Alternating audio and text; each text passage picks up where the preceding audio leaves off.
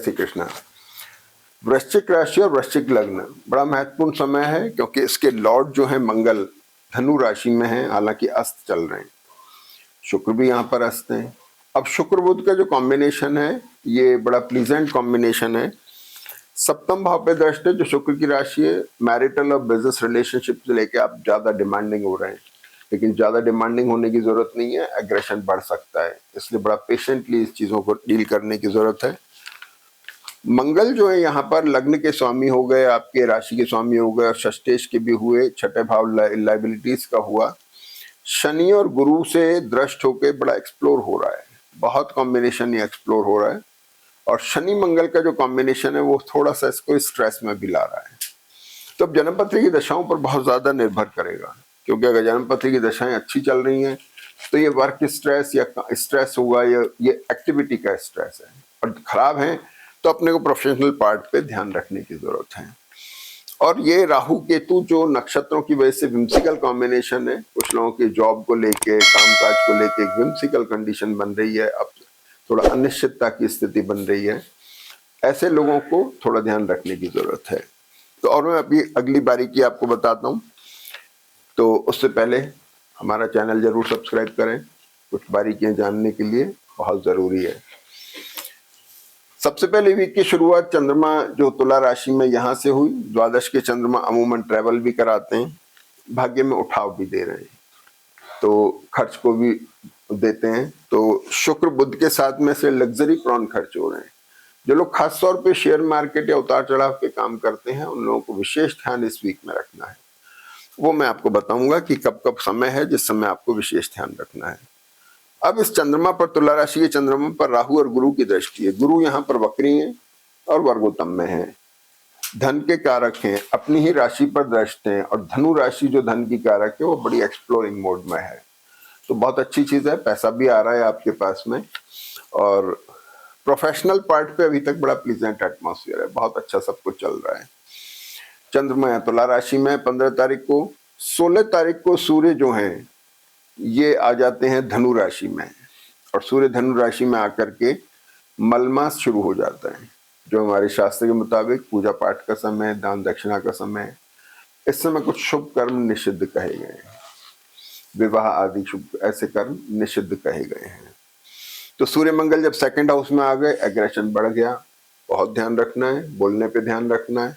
पैसा तो जरूर आ जाएगा, लेकिन ऐसा ना हो कि हमारे उस एग्रेशन से या मैरिटल बिजनेस रिलेशनशिप या प्रोफेशन की ज्यादा डिमांडिंग नेचर से हम एग्रेसिव हो जाएं, कुछ गलत सलत हम कुछ कर दें, बोल दें, उससे बात बिगड़ सकती है। थोड़ा केयरफुल रहने की जरूरत है। यहाँ पर आ गए, अब चंद्रमा जो है ये सूर्य यहाँ पर आ गए, 16 तारीख से शुरू हो गए। 17 तारीख से यहाँ जो चंद्रमा चल रहे थे वृश्चिक राशि में आ गए, वृश्चिक राशि में चंद्रमा आ गए, सूर्य यहाँ से जा चुके हैं।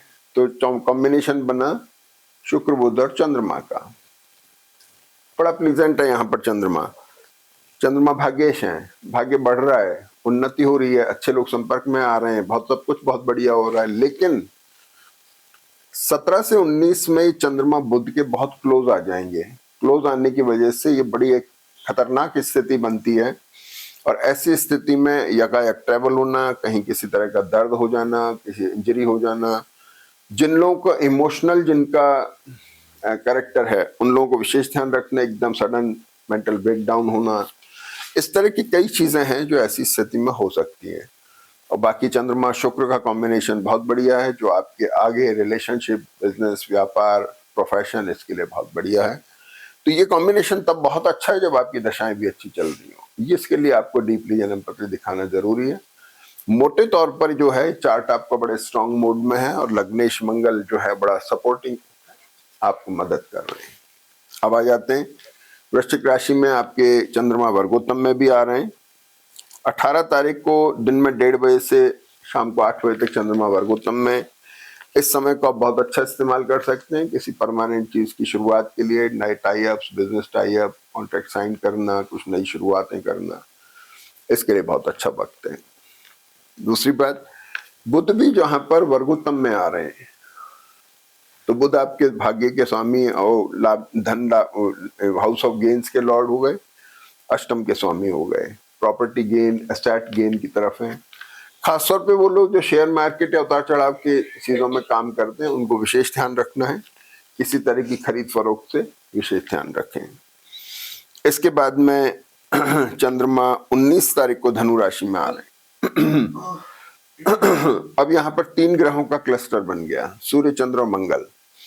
चंद्रमा एग्रेसिव हो गए, मन के कारक हैं। सूर्य मंगल के साथ बैठ के एग्रेशन आ रहा है, धीरे धीरे काम के प्रति उत्सुकता जाग रही है। प्लीजेंट टाइम जो था निकल चुका है, अब एक्टिव बढ़ रहे हैं, आप बढ़ रहे हैं, ट्रैवल भी करा सकते हैं। तो इस एग्रेशन के अंदर क्या हुआ कि कुछ चेंजेस आ रहे हैं, प्रोफेशनल चेंजेस आ रहे हैं। सूर्य और गुरु की वजह से कॉर्पोरेट और गवर्नमेंट सेक्टर के लोगों पर विशेष प्रभाव पड़ेगा। अपने कामकाज को, प्रोफेशन को कुछ बदलने की तरफ है, वर्क प्रोफाइल चेंज हो रहा है, बिजनेस को लेके, प्रोफेशन को लेके, इस तरह की चीजों को अपन मान सकते हैं। और शनि गुरु की वजह से तीनों ग्रह सूर्य, चंद्र, मंगल एक्सप्लोर कर गए, उठ गए, इनका अपलिफ्टमेंट हो गया। इसकी लॉर्डशिप जहां जहां होगी, भाग्य भाव हो गया, प्रोफेशन का लॉर्ड हो गया, मैरिटल रिलेशनशिप और बिजनेस रिलेशनशिप हो गए, एसेट हो गए, पैसे के इन्वेस्टमेंट की तरफ भी विशेष ध्यान रखने की जरूरत है। तो ये सारी चीजें बड़ा एक्सप्लोर कर रही है। तो यहां तक हम आ गए। अब देखिए बड़ी इंपॉर्टेंट चीज एक और होती है कि 20 तारीख को ये शुक्र भी बदलते हैं और धनु राशि में आ जाते हैं। तो इस धनु राशि के अंदर 4 ग्रहों का क्लस्टर 20 तारीख को हो जाता है। ये हैं 4 ग्रह, मंगल, सूर्य, चंद्र और शुक्र। शुक्र और मंगल अस्त हैं, तो यहाँ पर कफ कोल्ड का बहुत ध्यान रखना है। शुक्र यहाँ से बुध के साथ में अलग हट गए, प्लीजेंट एटमॉस्फेयर खत्म हो गया है, आप एक्टिव हो गए, ट्रैवल भी करा सकते हैं। पैसे को लेकर के थोड़ी कंसर्न डेवलप हो रही है, पैसा आ भी रहा है, प्रोफेशनल चेंजेस आ रहे हैं, वर्क प्रोफाइल में चेंजेस आ रहे हैं, इन्वेस्टमेंट्स की तरफ भी आप जा रहे हैं। तो ये सारी चीजें हो रही हैं। तो इन चीजों का आप भरपूर फायदा उठाएं। जन्मपत्री बहुत अच्छे मूड में है। और 21 तारीख को मंगल जो हैं आपके 6th लॉर्ड और लग्नेश, ये कर्क नमांश में आते हैं, इसे नीच नमांश कहते हैं, लेकिन उससे कोई परेशान होने की जरूरत नहीं है। दूसरे ग्रह कभी कभी बड़े सपोर्टिव होते हैं और उसकी वजह से उसकी जो नेगेटिविटी है वो मिनिमाइज हो जाती है। ये आपके इंडिविजुअल हॉरोस्कोप पर डिपेंड करेगा। तो कुल मिला के बहुत अच्छा वक्त है, इसका फायदा उठाइए। जय श्री कृष्ण।